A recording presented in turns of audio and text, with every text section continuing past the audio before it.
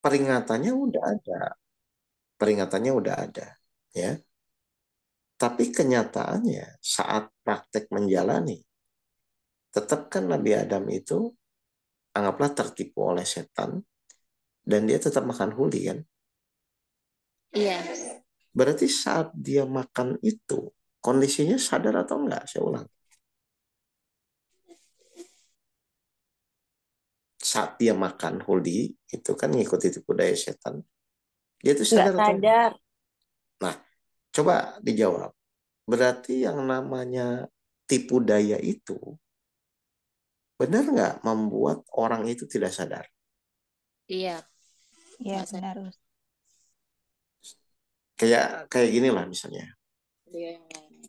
Allah itu sudah berjanji kepada kita bahwa setiap ujian yang menimpa semua manusia, satu sesuai dengan kemampuan, yang kedua Allah yang akan menolong. Karena Allah sudah berjanjikan kepada kita semua kan. Nah, kalau kita sadar benar-benar dari satu ujian datang sampai nanti akhir itu bahwa nanti Allah akan menolong, kira-kira manusia itu ada sedih, ada khawatir nggak, Mbak? Nggak ada. Nah, berarti orang sedih, orang khawatir sadar atau enggak? Nggak sadar. Ya, jadi ibu-ibu ini nangis, galau itu sadar atau enggak? Nggak sadar. Enggak, Ustadz. Nah, saya takutnya selama ini tuh ibu-ibu tuh menjalani nggak sadar-sadar gitu. Kan Allah menginginkan manusia mengikuti petunjuknya agar jadi bahagia. Setan akan berusaha dengan tipu dayanya membuat kesadaran kita tidak menyadari bahwa nanti permasalahan apapun dengan maha baiknya Allah, Allah pasti menolong kita. Terus kita tetap sedih. Terus kita tetap galau. Berarti kan saat itu kan kita nggak menyadari itu. Padahal peringatannya udah ada. Janji-janji Allahnya sudah ada. Gitu loh. Nah jadi harusnya kan jadi pertanyaannya, terus bagaimana agar setiap hari itu kita bisa tetap menjadi sadar kan Mbak? Iya. Nah, saya mau nanya lagi. Jadi gimana caranya Bapak? Agar setiap hari itu kita tuh jadi orang yang sadar gitu. Jadi pas nanti ada Oh, masalah, ah tenang ah, Allah juga nanti nolong saya. Jadi tenang lagi, ah pasti Allah juga ngasih petunjuk ke saya, gitu kan Mbak? Iya. Jadi pertanyaannya bagaimana caranya supaya setiap hari itu kita sadar. Itu, Ustaz. Iya, itu tuh gimana? ingat ingat janji-janji Allah, Ustadz. Hmm, kan udah berusaha, tapi kenyataannya kan gagal lagi kan? Itu sih, Ustaz. Harus bersungguh-sungguh latihan itu tadi. Kalau sungguh-sungguh latihan ya ingat, sadar. Kalau nggak sungguh-sungguh ya jadi lalai, lupa. Nggak sadar. Iya Mendekat kan, ke Allah, Ustadz. bukan kalau kalau yang tadi jawabannya ini nggak salah ya. Kalau cuma ya harus sungguh-sungguh. Iya, semua juga pasti niatnya harus sungguh-sungguh gitu loh, Mbak.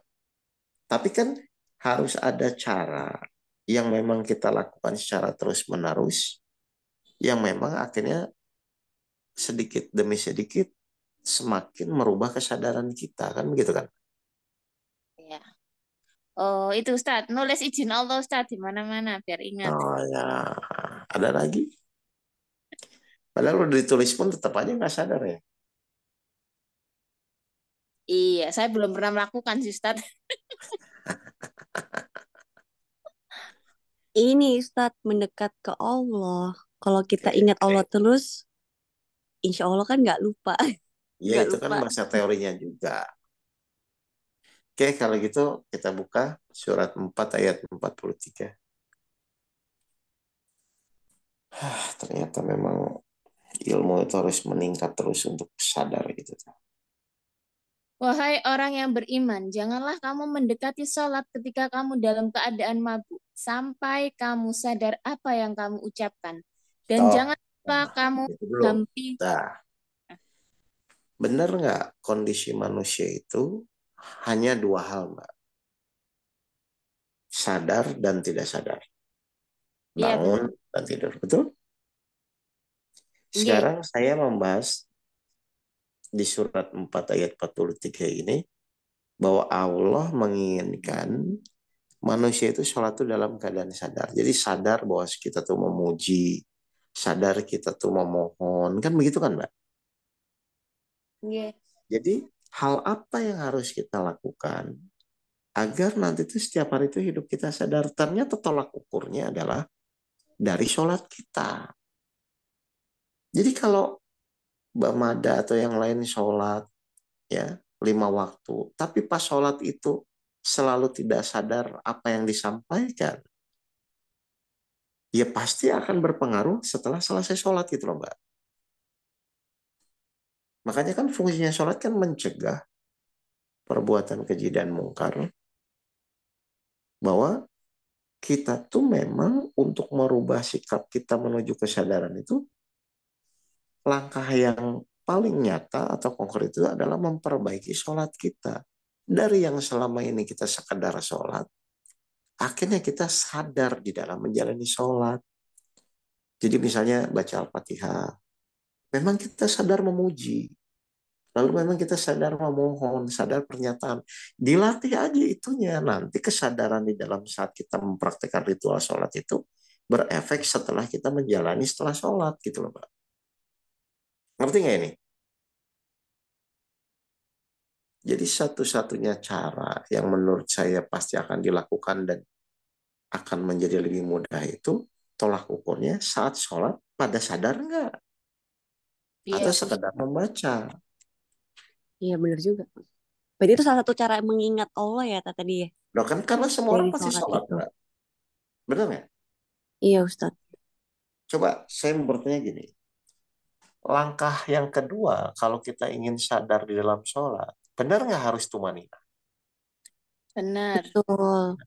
Oke, pertanyaan saya Pak. Kenapa tumanina itu kok wajib kita lakukan? Jangan jawabannya rukun ya. Itu salah sih. Maksudnya, kenapa tumanina itu wajib kita lakukan saat kita sholat? Biar dilakukan dengan Kita penuh sadar. kesadaran. Kepenuh kesadaran apa? Kalau keburu-buru kan jadinya hanya Hmm, di lisan ya Ustadz ya, kayak baca tuh ya udah nggak pakai apa ya, Oke, ya kayak gitu. sekarang saya Hmm. saya mau nanya ya, saya mau nanya gini. Bapak Ibu tuh tahu nggak bahwa setiap kita sholat itu dinilai Allah. Iya, Kan tahu. Allah tuh kan mengawasi kita kan, betul nggak? Iya, Sekarang tolong dijawab. Kalau kita sholat tidak tumanina, berarti merasa diawasi Allah nggak? enggak. Enggak. Nah, tapi kalau sholat kita mulai sini saya diawasi Allah nih, mulai tumanina, mulai sadar apa yang diucapkan, berarti kan pasti merasa diawasi Allah kan? Jadi langkah yang pertama ternyata memang luar biasa. Kenapa amalan yang pertama kali dihisap itu sholat? Karena sholat itu tolak ukur Bapak Ibu tuh sadar atau tidak di dalam menjalani hidup gitu loh. Hmm, Makanya silahkan pakai metode apapun ya. Tapi tetap baliknya ternyata untuk meningkatkan kesadaran itu, memang kita harus melaksanakan sholat. Sholat seperti apa? Sholat yang benar-benar kita tuh merasa Allah mengawasi kita. Cirinya orang yang merasa diawasi Allah adalah langkahnya adalah pasti dia tumaninah di dalam melakukan sholatnya, baik gerakan ataupun ucapan gitu loh. Jadi kalau sekarang turun dan naik terus, pasti permasalahan awalnya adalah saat sholat Bapak Ibu nggak sadar. Makanya mudah sekali digiring atau disesatkan oleh tipu daya setan gitu loh. Iya, iya, Ustaz. Hmm, hmm. Sadar ini Mbak Zara, beban ini yang lain. Ya, Sadar Ustadz, betul sekali. Jadi ukur aja sholat kita gimana. Kalau sholat kita cuma sekadar ngomong, cuma sekadar menyampaikan tanpa sadar ini mengucapkan, pernyataan, pujian, doa, ya begitu aja terus nantinya. Akhirnya setelah sholat nangis lagi, ingat lagi masalahnya. Ya iya pas sholat aja nggak sadar gimana. Akhirnya iblis masuk, Bapak Ibu dibuat nggak sadar lagi. Jadi orang sedih, orang khawatir, orang menderita itu sebenarnya kesimpulannya dia nggak sadar gitu loh. dalam sholatnya. Dalam sholatnya langkahnya. Makanya di surat 89 ayat 23 silakan. 89 ayat 23. Mm-mm.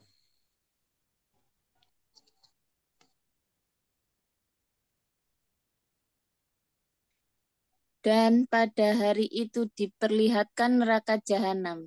Pada hari itu sadarlah manusia, tetapi tidak berguna lagi baginya kesadaran itu. Apa setelah mati baru mau sadar? Naudzubillah min dzalik, Ustaz. Auzubillah min dzalik. Atau gini, coba saya kasih analogi gampang lah. Misalnya si Fulan sakit, pergi ke dokter, ya. Terus dokter itu kan ngasih obat ya. Nah, tolong dijawab. Saat si Fulan itu minum obat, Mbak, dia itu minum obat tuh karena terpaksa atau kesadaran? Kesadaran karena dia mau Kenapa? sembuh. Nah, Ada yang dikejar, Ustadz. iya artinya itu dia mau minum obat itu karena dia benar-benar sadar bahwa obat ini supaya saya menjadi sembuh kan? Iya. Betul ya? Mm-mm. Sekarang saya nanya, Bapak Ibu disuruh sabar itu sebenarnya untuk apa sih? Untuk diri Biar saya masuk sendiri, Ustaz. Ya surga, untuk Ustadz. apa? Kayak kalau obat kan supaya sembuh. Mau masuk surga. Nah, atau misalnya benar nggak Allah tuh janji menolong kepada orang-orang yang sabar, betul? Iya, betul. Betul. Betul. Kalau Bapak Ibu ingin secepatnya ditolong Allah, sabar itu kesadaran atau terpaksa? Kesadaran harusnya. Nah, kalau kesadaran sulit atau mudah? Mudah. Nah, terus kenapa merasa menderita kalau sabar? Karena nggak sadar kalau menderita Nah, terus. itu maksud saya. Nggak sadarnya dari kapan? Dari orang. Tapi ini berproses, Ustadz. Udah mulai beda sama yang dulu. Iya kan makanya saya suruh zoom ini karena saya udah merasakan ini nggak beres lagi nih. Ada oleng satu, oleng semua ya. Teret, teret. Jadi gimana kita akan bahagia di dalam menjalani hidup kalau kita tuh nggak penuh dengan kesadaran itu loh, Mbak. J. Jadi kita ikhlas, kita sabar. Itu tuh udah bukan lagi paksaan. Itu tuh memang kesadaran kita karena kita misalnya ingin bahagia gitu loh. Contoh gini saya mau nanya. Menurut Baramada, ya, orang bahagia itu karena ikhlas atau karena keinginannya terwujud? Karena ikhlas. Ya sudah kalau gitu lebih milih mana? Keinginan terwujud atau ikhlas? Ikhlas. Berarti lakukanlah ikhlas itu benar-benar dengan kesadaran bahwa dengan ikhlas ini pasti saya bahagia gitu loh. Jadi sadar nggak Bazara? Ternyata kalau kita nggak bahagia itu karena kita nggak ikhlas. Iya, betul. Iya, betul. Dan nggak sadar-sadar masalahnya.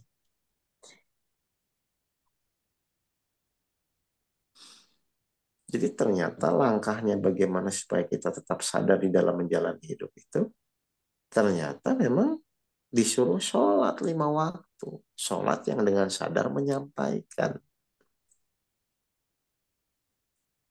Makanya benar-benar mencegah dari perbuatan keji dan mungkar. Amalan yang pertama kali dihisap. Sholatnya baik semua jadi baik. Karena memang kuncinya di situ. Makanya kesadaran di dalam menjalani hidup. Berarti orang menderita, orang sedih, orang khawatir. Itu kesimpulannya cuma satu, nggak menyadari bahwa anggaplah misalnya Allah tuh sudah berjanji kepada kita bahwa Allah tuh akan menjaga, mengurus kita, melindungi kita. Kan begitu. Kalau orang yang sadar, malu kalau khawatir. Berarti dia Iya. nggak sadar bahwa Allah tuh sudah berjanji. Gitu.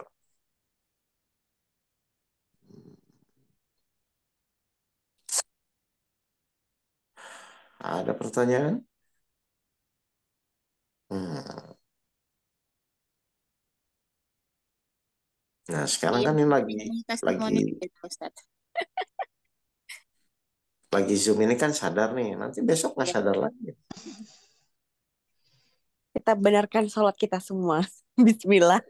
Iya, karena langkah pertama dari situ. Jadi harusnya tuh ya udah tumanin aja karena kita sadar sholat itu tuh diawasi Allah. Karena kita sadar sholat itu diawasi Allah, kan harusnya sebaik mungkin dari ucapan dan gerakan. Gitu.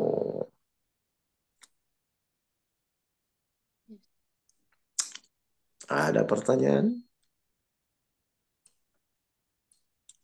Hmm. Hmm. Nggak ada Ustaz, tapi kayaknya ini itu Ustaz menjawab saya Ustaz. Hmm. Gimana Kita jawabannya? Ya. kemarin itu Ustaz beberapa semingguan kemarin itu kan saya memang rada males jamaah Ustaz. Biasanya kan memang saya jamaah ke masjid. Nah, saya males jamaah. Terus apa namanya? Di rumah sering sholat sendiri untuk zuhur karena anak kan nggak ada, zuhur doang. Intinya kan akhirnya kan kualitas sholatnya berkurang ya Ustaz. Nah, terus habis itu beberapa kemarin tuh memang sudah ada ujian, alhamdulillah nggak ngaruh gitu. Nah, terus yang kemarin ini selain temanya baru Ustadz, yaitu mungkin karena pengaruh kualitas sholatnya berkurang ya Ustadz. Jadi itulah saya tuh langsung nangis ngejer Ustadz. Hmm. Saya langsung nangis ngejer ke suami. Saya nggak sadar kalau itu ujian gitu loh Ustadz. Jadi Hmm. masalahnya tuh ya itu Ustadz kan gini. Anak saya itu maksud ustadznya anak saya di sekolah itu bilang ke teman saya cerita gitu ke teman saya yang memang kita sama-sama wali murid gitu kan Ustadz. Nah Hmm. bilang itu kayak gini eh cerita ke teman-teman saya ini kalau Aisyah ini nggak diajarin tiap hari karena mamanya sibuk online Hmm. gitu Ustadz. Nah di situ kan saya shock Ustadz ya. Shock itu saya ngerasa loh berarti saya tuh ngerasa kayak apa namanya, oh setan-setan tuh ngiranya kayak gini tuh kan gara-gara kamu ngurus emak-emak itu ya, anak kamu nggak keurus sampai segitunya loh gitu Ustaz. Jadi Hmm. terus terus akhirnya itu tuh gara-gara kamu ngurus emak-emak sampai kayak gitu gitu kan akhirnya, dan itu harusnya kan ustadznya itu kan nggak bilang ke teman saya Ustadz ya, harusnya kan bilangnya ke Hmm. saya gitu ya, tapi itu bilangnya ke teman saya. Kemudian padahal kemarin itu Ustadz sudah ketemu sama suami saya waktu halal bihalal, tapi Ustadznya Aisyah itu nggak ngomong apapun ke suami saya, nggak komplain apapun.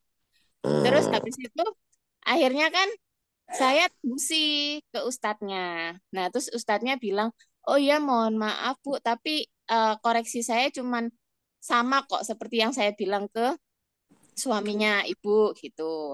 Hmm. Kemudian tapi tetap ya Ustadz ya, saya kan ngerasa ya itu tadi saya diserbu kayak lihatin kan kamu ngurusin emak-emak online sampai anak kamu nggak keurus gitu loh, sampai kayak gitu loh. Itu Ustadz. Hmm. Jadi saya tuh langsung nangis, terus saya bilang ke suami saya, udah ya tak lepas aja ini ya Rianto. Udah, Hmm. udah ya aku berhenti ya gitu kan. Habis itu terus juga ujian kedua Ustadz, suami saya sempat kayak memang kemudian juga rada nyalahin saya kan Ustadz kayak ya makanya kan aku kan udah bilang gini gini gini gitu kan Ustadz. Akhirnya kan oh saya makin apa namanya istilahnya terpuruk gitu kan Yakin. Ustadz. Semakin yakin untuk ya udah tak lepas saja ya gitu. Terus tapi akhirnya habis itu kan saya sholat duhur Ustadz. Sholat duhur, habis sholat duhur itu saya dapat nasihat. Udah tenang, tenang, jangan emosional. Intinya kayak gitu. Ini tuh ujian, itu ujian. apa namanya? Kamu kan mau ngajarin mak Riyado itu kan. Maksudnya saya memang mau ngajarin gimana sih cara dialog sama anak SD kayak gitu Ustaz. Gimana biar dia itu nurut untuk sholat atau apa gitu Ustaz. Karena mereka itu kebanyakan tuh kalau nyuruh anaknya sholat cuman kayak gini loh Ustaz. Nah, sholat itu penolong di dunia dan akhirat gitu loh. Itu kan Hmm. abstrak banget sih. Jangankan Oh, untuk anak-anak gitu loh, untuk orang besar aja dikasih kalimat kayak gitu ya melengos kan Ustadz gitu loh. Dan oh, saya tuh mau ngajarin kayak gitu, maksudnya dialog-dialog sama anak kecil itu seperti apa sih biar mereka itu maksudnya biar mereka itu taat kok disuruh orang tua, sholatnya oh, gampang kayak gitu Ustadz gitu. Ini oh, tuh memang ujian kamu gitu. Mereka itu nggak terima, akhirnya kan ya kayak gini, tenang lah, tenang intinya kayak gitu. Terus habis itu saya ngomong lagi ke suami, terus suami kayak oh iya ya gitu ya gitu. Terus habis itu oh. ternyata calm down Ustadz, calm down. Saya itu kan memang anak saya polos gitu Ustaz. Maksudnya itu ya ceritanya apa adanya gitu. Terus saya tanya ke anak saya, Aisyah, Aisyah, Aisyah cerita apa sih ke Ustadz gitu kan. Terus eh Aisyah bilang tak kalau mama sibuk online gitu. Iya itu loh, Ma. Kan Ustadz itu mintanya aku tuh belajar tahfidz tiap hari. Terus Hmm. belajar hafalan tuh Ustadz gitu. Nah, Hmm. aku bilang nggak bisa, ayah, ayah shiftnya malam gitu. Karena memang untuk belajar sekolah itu biasanya memang sama ayahnya. Terus Hmm. saya itu nggak pernah ngajarin sekolah itu Ustaz. Ya, terus kan memang Hmm. bagi peran gitu Ustaz. Saya belajarnya dan tapi untuk tahfidz ini memang Ustaz saya itu agak nggak ridho. Anak saya itu hafalan ketika itu bukan keinginannya gitu loh Ustaz. Hmm. Nah, jadi memang sekolahnya itu sekolah tahfidz gitu. Jadi ya udah tuntutan sekolah gitu Ustaz. Tapi saya itu rada kurang nyaman anak saya hafalan ketika bukan keinginannya sendiri. Makanya saya tuh kayak udahlah nggak usah hafalan murojaah aja gitu loh Ustaz. Maksudnya itu Hmm. menghafalkan yang sudah dihafalkan di sekolah, tapi nggak usah nambah-nambah gitu loh Ustaz. Akhirnya kan Hmm. ya anak kan polosnya kayak gitu. Maksudnya bilang, terus mamanya gimana? Sibuk online gitu. Kan kalau Hmm. konotasi sibuk online itu kan luar biasa ya Ustaz ya. Gitu. Hmm. Terus saya juga tanya Kak Aisyah, Aisyah merasa nggak diurus mama tah? Enggak, mama ngurus aku kok gitu. Tapi besok lagi kalau ditanya Ustadz jangan bilang sibuk online ya. Gitu Ustadz. Terus akhirnya iya mah gitu. Terus ya saya tanyain, Aisyah itu enggak kalau maksudnya Aisyah keberatan enggak kalau mama misalkan misi kayak gini jawabin curhatan. Kan memang curhatan tuh banyak sekali ya Ustadz ya. Dan rena-reno gitu maksudnya panjang-panjang dan sebagainya gitu. Dan dia bilang iya nggak apa-apa gitu. Ya udah akhirnya selesai dan oh ya udah sih ternyata ya begini memang. Maksudnya itu saya tuh nggak sadar bahwa itu tuh ujian gitu loh Ustaz. Jadi saya tuh kayak hampir terus kayak wes tak lepas aja gitu. Udah deh, saya lepas aja. Nggak kayak kayak maksudnya membenarkan setan kan tuh kan kamu gara-gara ngurusin mak-emak kayak gitu sampai anakmu nggak keurus gitu kayak saya oh, iya saya nggak sadar itu ujian gitu Ustaz. Karena memang salah satu faktornya kualitas sholat saya menurun kayaknya. Jadi saya kurang sadar. Hmm. Gitu Ustaz. Iya, iya, iya, iya. Nah itulah makanya saya bilang kan memang proses ilmu memang bertahap ya. Tetap akan terkupas dan Allah tuh tahu kapan saatnya, dosisnya, berapa persen itu sudah mengerti. Jadi ya tenang saja nanti hasil akhir ujung-ujungnya kalau memang kita niatnya tulus karena Allah, tetap akan ditolong Allah gitu loh. Ngerti nggak? Iya Ustaz.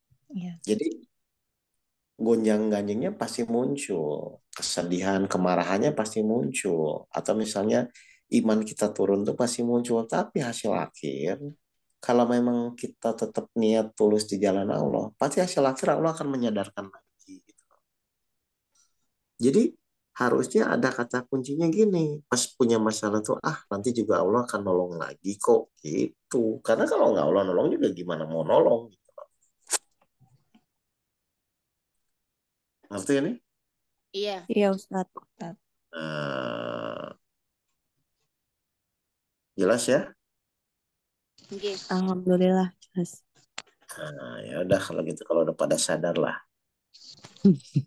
Baik, ada pertanyaan lagi? Oke ya, jadi kalau tidak, intinya sekarang udah gitu kan, bahwa permasalahan semua orang pasti akan menjalani, tapi kata kuncinya satu aja, perbaiki sholatnya, mulai kesadaran di dalam sholat itu minimal kita tuh tahu, kita tuh mengucapkan sedang berdoa, sedang pernyataan tahu itu, lalu tumaninahnya dijaga sebagai dasar bahwa Allah tuh mengawasi kita. Udah itu aja dulu, Mbak. Nggak usah mikir yang jauh-jauh gitu loh. Paham ini? Paham, Iya Ustaz. Ustaz. Ya udah, sip. Kalau gitu, kalau nggak ada pertanyaan lagi, saya tutup ya. Makasih. Assalamualaikum. Ya, Assalamualaikum Waalaikumsalam warahmatullahi wabarakatuh. warahmatullahi wabarakatuh. Waalaikumsalam.